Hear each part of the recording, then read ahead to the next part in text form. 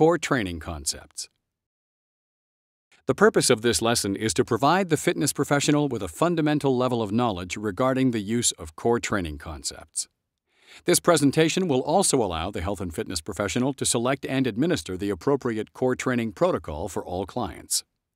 Following this presentation, the participant will be able to describe the importance of the core musculature, differentiate between the stabilization system and the movement system, rationalize the importance of core training, design a core training program for clients in any level of training, and perform, describe, and instruct various core training exercises. The core has been defined as the lumbo-pelvic hip complex, thoracic, and cervical spine. The core is where the body's center of gravity is located and where all movement begins. An efficient core is necessary for maintaining proper muscle balance throughout the entire kinetic chain. There are 29 muscles that attach to the lumbo-pelvic hip complex. Optimum lengths, or length-tension relationships, recruitment patterns, or force-couple relationships, and joint motions, or arthrokinematics, in the muscles of the lumbo-pelvic hip complex establish neuromuscular efficiency throughout the entire kinetic chain. This allows for efficient acceleration, deceleration, and stabilization during dynamic movements, as well as the prevention of possible injuries.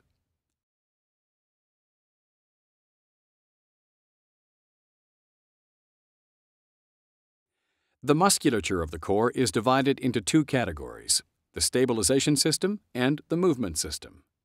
The stabilization system is primarily responsible for stability of the lumbo-pelvic hip complex, whereas the movement system is responsible for movement of the core. Muscles that make up the stabilization system include the transverse abdominis, lumbar multifidus, transverse spinalis, internal oblique,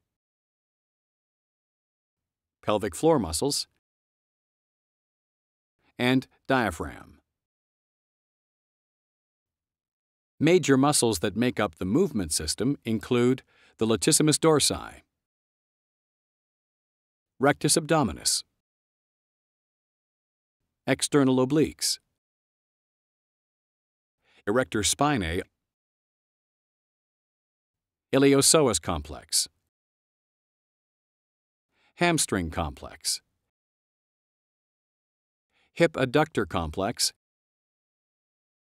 and the hip abductor complex. A weak core is a fundamental problem that causes inefficient movement and can lead to predictable patterns of injury. Many people have a strong rectus abdominis, external obliques, and erector spinae, but weak stabilizing muscles.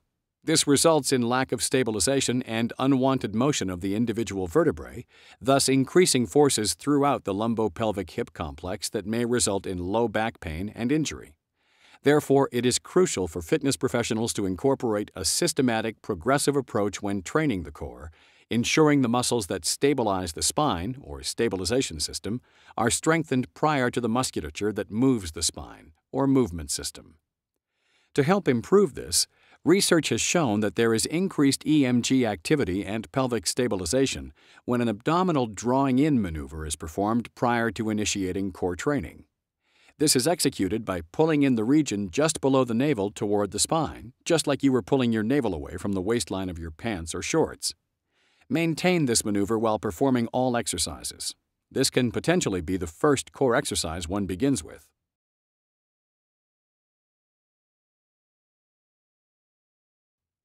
A proper core training program follows the same systematic progression as 3 levels of training within the OPT model: core stabilization, core strength, and core power training. In core stabilization training, or Phase 1, exercises involve little motion through the spine and pelvis. These exercises are designed to improve the functional capacity of the stabilization system. The first example of a core stabilization exercise is marching. Lie supine on the floor with knees bent, feet flat, toes pointing straight ahead, and arms by your sides. Perform and maintain the drawing-in maneuver. Lift one foot off the floor only as high as can be controlled. Hold for 1 or 2 seconds and slowly lower. Repeat on the opposite leg. Second, a 2-leg floor bridge. Lie supine on the floor with knees bent, feet flat on the floor, and toes shoulder-width apart and pointing straight ahead. Place arms to the side. Draw in the abdominal and activate the glutes. Lift the pelvis off the floor until the knees, hips, and shoulders are in line. Slowly lower the pelvis to the floor and repeat as instructed. Third, a floor-prone cobra. Lie prone on the floor with arms in front of the body, palms facing toward the ground. Draw abs in, activate gluteals, and pinch shoulder blades together. Lift the chest off the floor while maintaining scapular retraction. Hold for 1 to 2 seconds and slowly return the body to the ground, keeping the chin tucked. Repeat as instructed.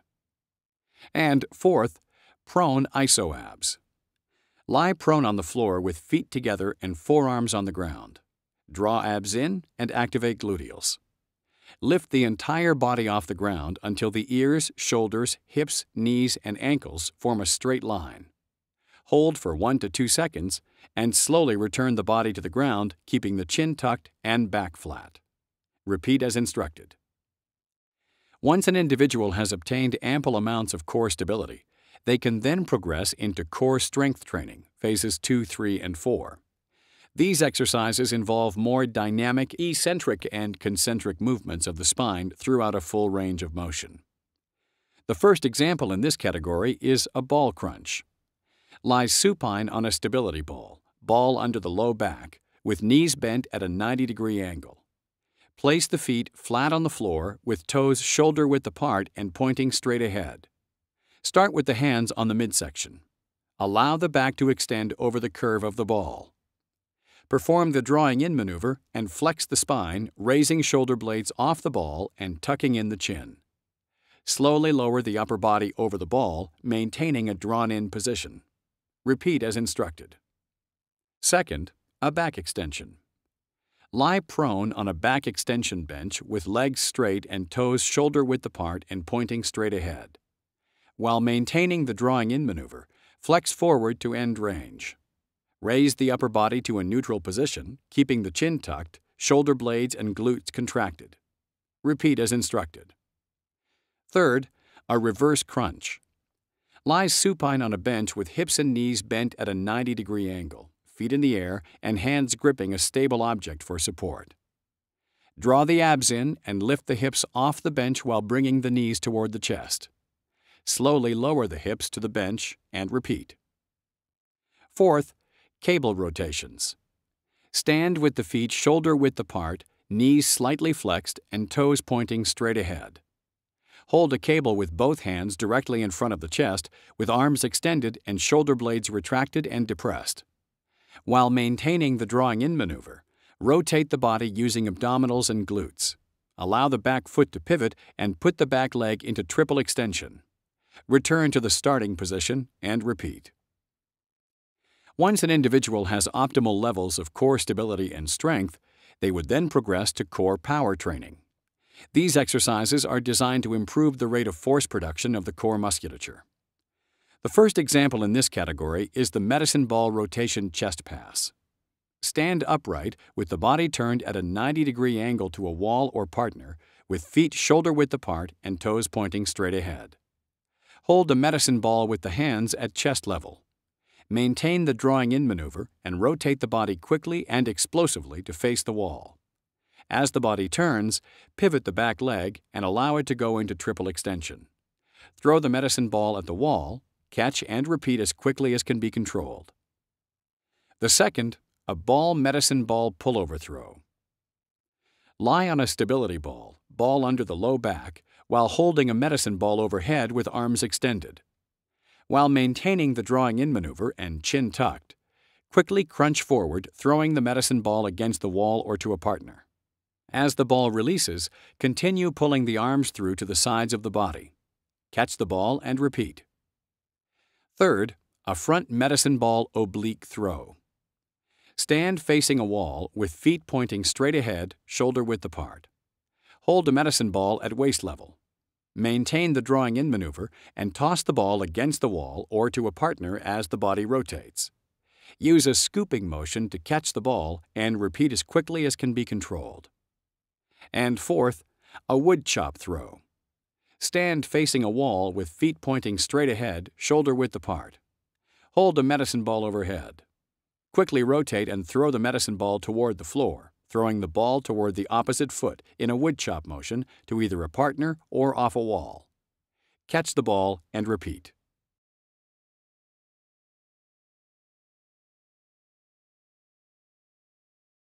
Implementing a core program.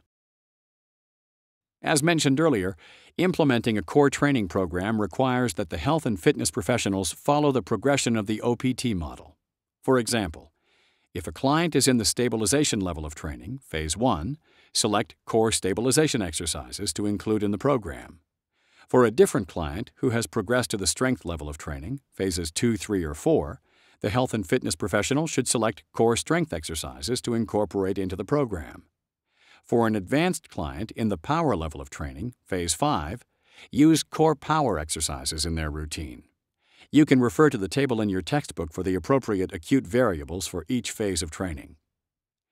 In summary, the core musculature helps protect the spine from harmful forces that occur during functional activities. A core training program is designed to increase stabilization strength, muscle endurance, neuromuscular efficiency, and power in the lumbo-pelvic hip complex. A proper core training program follows the same systematic approach as the OPT model: stabilization, strength, and power. In core stabilization training, Phase 1, the emphasis is on stabilization of the lumbo-pelvic hip complex and involves exercises with little or no motion at the spine. It improves the function of the stabilization system. In core strength training, Phases 2, 3, and 4, the spine moves dynamically through a full range of motion with exercises that require greater specificity, speed, and neural demand. These exercises improve neuromuscular efficiency of the entire kinetic chain. Exercises of core power training, Phase 5, improve the rate of force production in the musculature of the lumbo-pelvic hip complex or movement system.